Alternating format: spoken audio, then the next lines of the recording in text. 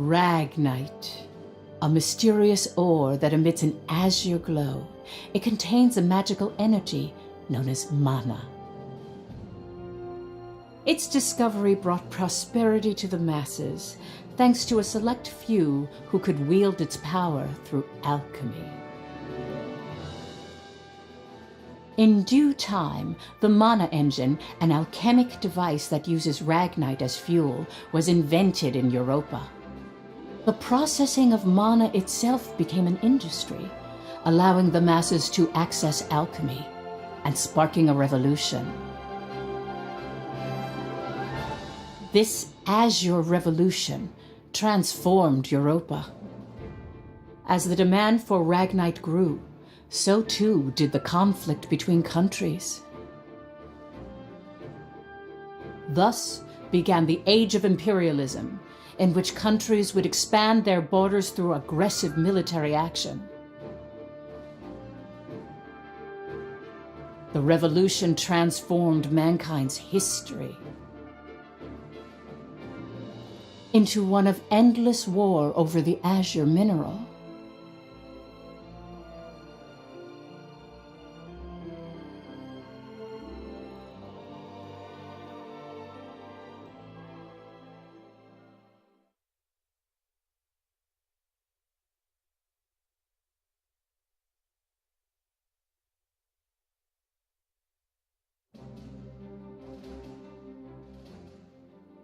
The Kingdom of Jutland, September 15th, 1954, EC. On this day 100 years ago, the European Liberation War that shook the country came to an end. Elsinore, the capital of Jutland, is lively in celebration for the centennial anniversary of the country's freedom.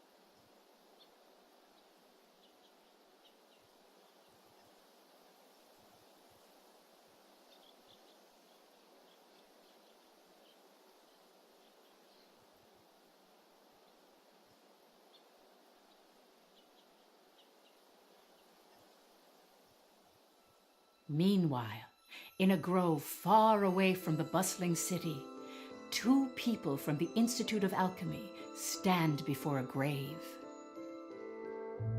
I'd like to know the truth, Professor. The truth? What of?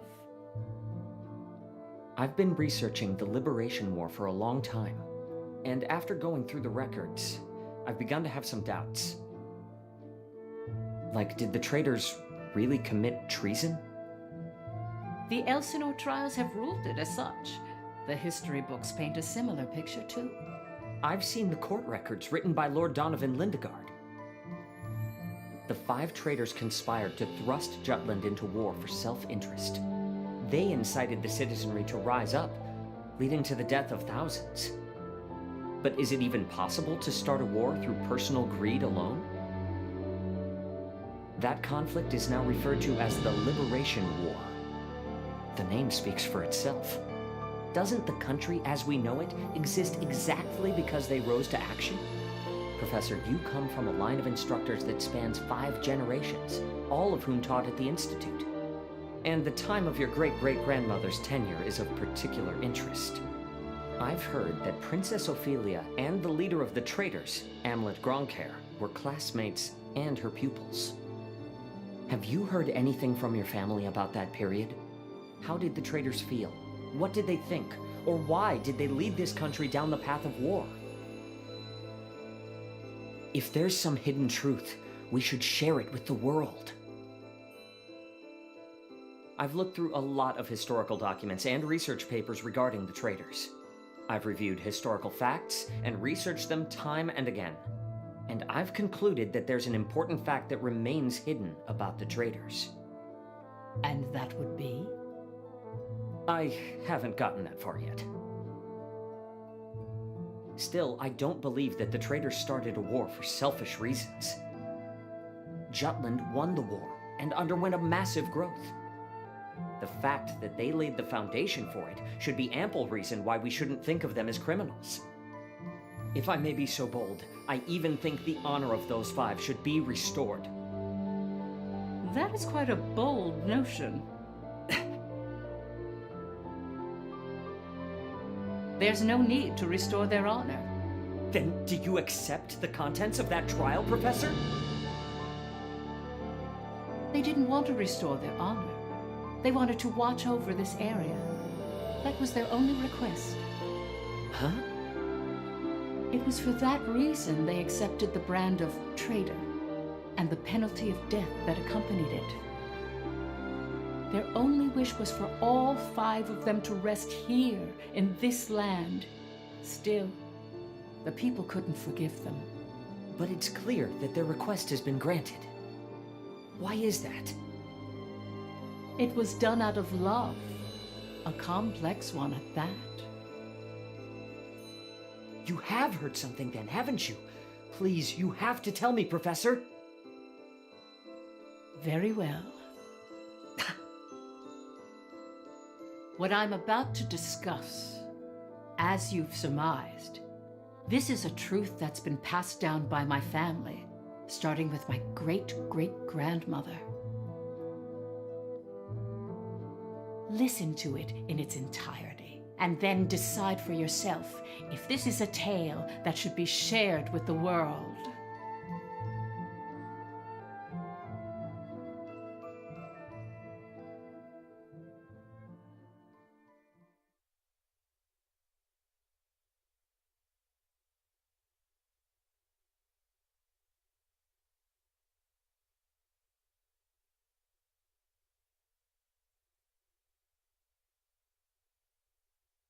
October 4th, 1853, EC.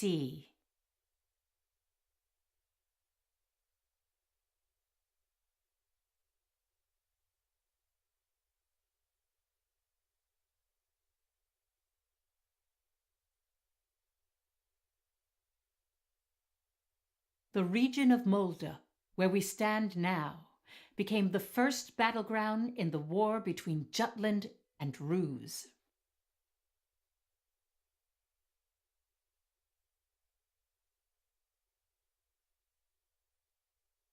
Jutland's anti-Valkyria squad challenged the Rusi Empire. They were known as the Vannergund, and their commanding officer, Amlet Gronkair, was one of the traitors.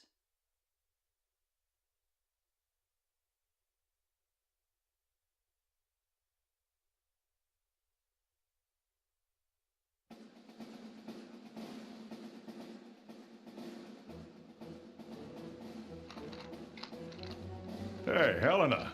That racket you've been making is getting on my nerves. Huh? I'm just, trembling with excitement.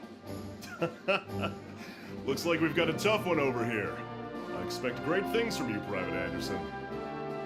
You can count on me. I must be excited too. That's why I can't stop trembling. You're just scared. You're right. You ought to be following my example, little boy Bloom. I am the very paragon of vitality, vivacity, and virility. I'm surrounded by children. War's about to break out and you act as if you don't have a care in the world. Excuse me, Miss Bridget, surely you're not including me with the rest of this ragtag rabble. You're the brattiest one here, Isaac. You're quiet as always, Tilda.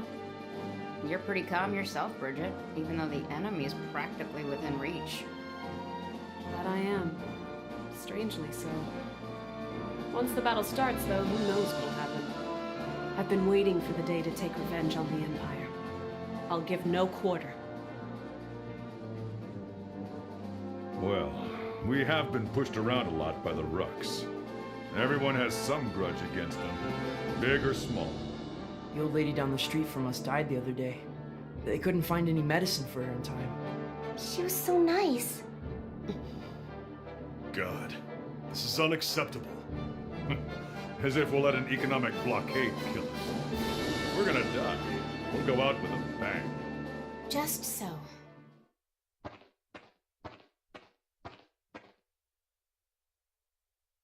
'Twas to save my people from such a regrettable fate, so far as I am able, that I have taken up the sword alongside you. We must break free from the clutches of imperialism and put an end to this unjustly imposed embargo. Amlet Gronkair, Yes? I must say, I truly am glad to have joined this unit, for it has attuned me more closely to the will of my people. Lieutenant Villefort. Yes, sir. Have the princess stand down. Beg pardon? I still have matters to discuss with you. I don't. Must you always speak so obstinately? Even to your Come, Your Highness. Godot?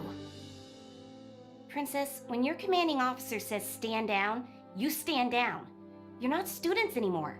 Helena! Aw, come on! Fifi's just trying her bestest, you know? You always take the princess's side, Sarah. Why don't you become her handmaiden? How rude! What's with the attitude? Doesn't seem like they've bolstered their numbers nearly as much as the report indicated. Even if they had, we have our orders. Of course. Watch over the princess. Understood. Sorry for the delay, Lieutenant Gronkair.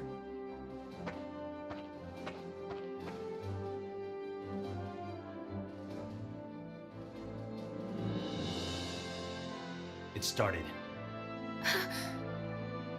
Sir, His Majesty decreed at 0752 to all citizens of Jutland the annulment of our alliance with the Ruzi Empire.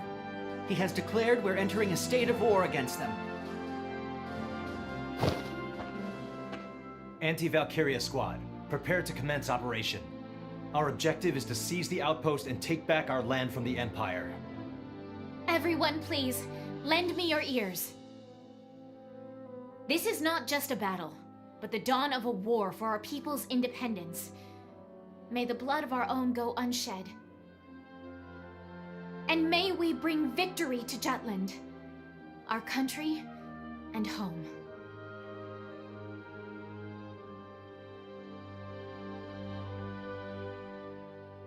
Jutland back then was in a state of poverty.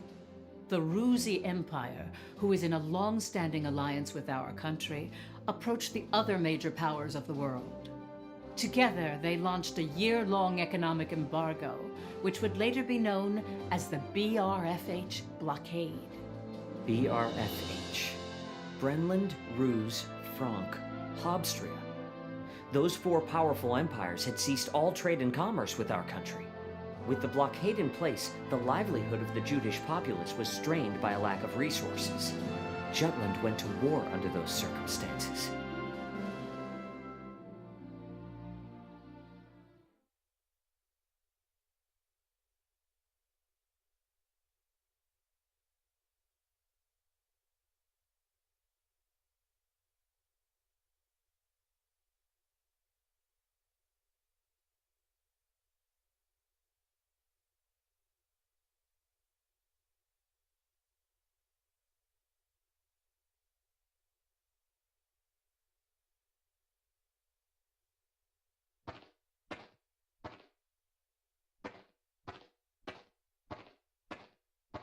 Let's go.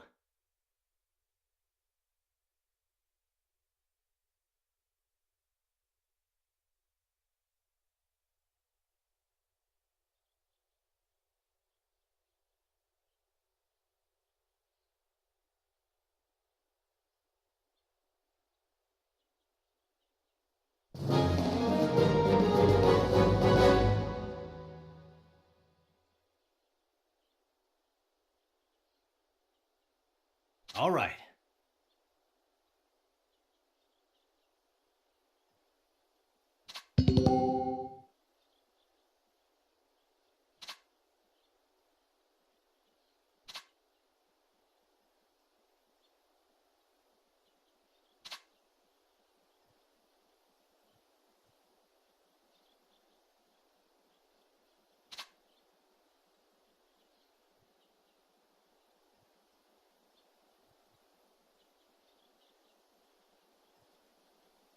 Let's do this!